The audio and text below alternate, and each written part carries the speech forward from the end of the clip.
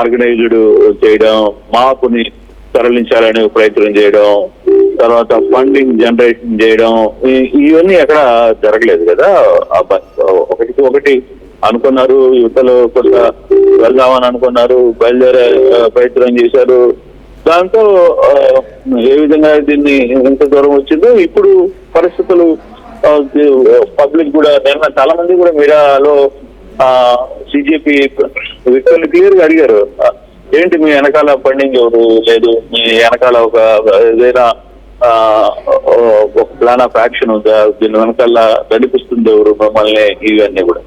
దానికి వాళ్ళు చెప్పిన సమాధానం కూడా, ఒక ఫ్లెక్స్ కట్టుకున్నాం, ఒక ట్వీట్ లో చేసాం, పబ్లిక్ పిల్లలు యువత ఏం చేయాలని అనుకుంటుంది, వాళ్ళ దగ్గరికి రావాలనుకుంటున్నాం, 100 రూపాయలు పెట్టి ఆటో ఎక్కితే చంద్రబాబు వస్తారు, దీంట్లో మొబిలైజేషన్ కో ఇంకొకటికో లేదు. ఇక్కడ యువత అనుకుంటే ఏదైనా సాధించగలదు, ఏదైనా చేయగలదు అనే ఒక అంశంలోనే భాగంగా మనం కానీ చూసుకుంటే ఇదే వ్యవహారం జరిగిన తర్వాత ఫెడరల్ క్యాబినెట్ లో కూడా మోడీ చాలా క్లియర్ గా చెప్పారు. అసలుకి చూసారా ఒకసారిగా యువత తీసుకున్న నిర్ణయాలు ఎంత స్పీడ్ గా ఉంటున్నాయో, ఈసారి రాబోయే రోజుల్లో పూర్తిగా కూడా విస్తరణలో కూడా క్యాబినెట్ లో యువతనే ఉంచాలని ఒక అనుకుంటున్నానని చెప్పి కూడా ఆయన మాట్లాడే స్థాయికి వచ్చారంటే, ప్రభుత్వం ఒక వారం రోజులు ఏం జరుగుతుందో అర్థం కాక ఏదో ఒక ఉద్యమం లాగా బయటికి వచ్చే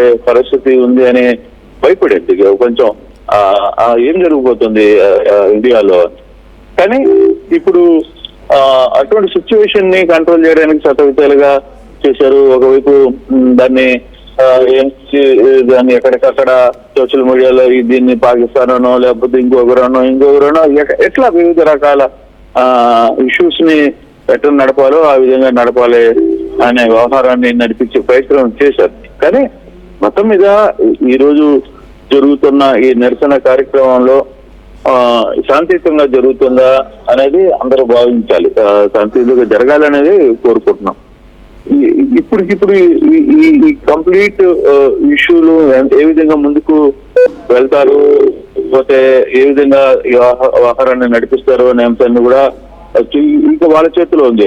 జంతర్ మంతర్కి సంబంధించిన వ్యవహారం అయితే పర్మిషన్ అయితే పోలీసులు ఇచ్చేశారు, కంప్లీట్ గా భారీ బందోబస్తుని పెట్టారు.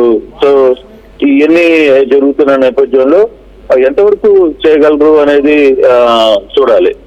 ఇప్పుడు సభలో ఎవరైనా చీఫ్ గెస్టులు వస్తున్నారా అనేది అఫీషియల్ గా ఎవరు దాని మీద పలానోళ్ళు రావాలి లేదు పలానోళ్ళు వద్దు అని ఎక్కడ చెప్పాల. ఒకటి చాలా మంది అయితే ఈ సభకు మద్దతు తెలిపిన పరిస్థితి అయితే ఉంది. ఎవరు చేరుకుంటున్నారు ఎవరు చేరుకున్నారు అనేది మరి కాసేపట్లో మనకి పూర్తిగా అక్కడికి ఇండివిజువల్ గా ఎవరైనా వస్తే పలానోళ్ళు వచ్చారని చెప్పడం తప్పితే దీనికి పర్సనల్ ఇన్విటేషన్ ఏది కనపడలేదు. కళ్యాణ్.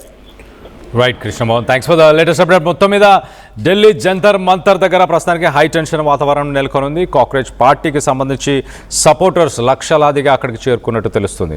మొత్తం మీద వాళ్ళందరినీ కంట్రోల్ చేయడానికి ప్రభుత్వం కూడా భారీ ఎత్తున పోలీస్ బలగాలని అక్కడికి పోలీస్ బలగాలని కూడా పంపించినట్టు తెలుస్తుంది.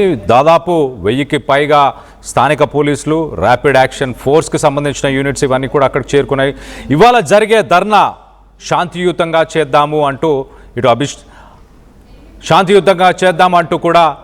అభిజిత్ కూడా పిలుపునిచ్చారు. ఆయన మాట్లాడుతూ అందరూ ఒక నేషనల్ ఫ్లాగ్, ఒక బుక్, అలాగే కొన్ని ఫ్లవర్స్ని తీసుకొని రండి, మీకు సెక్యూరిటీ పర్సనల్స్ ఎవరు కనిపించినా, పోలీస్ ఎవరు కనిపించినా వాళ్ళకి ఆ ఫ్లవర్స్ ఇవ్వండి. ఒక పీస్ఫుల్ ధర్నా, ఒక పీస్ఫుల్ ప్రొటెస్ట్ని ఇవాళ చేద్దాము.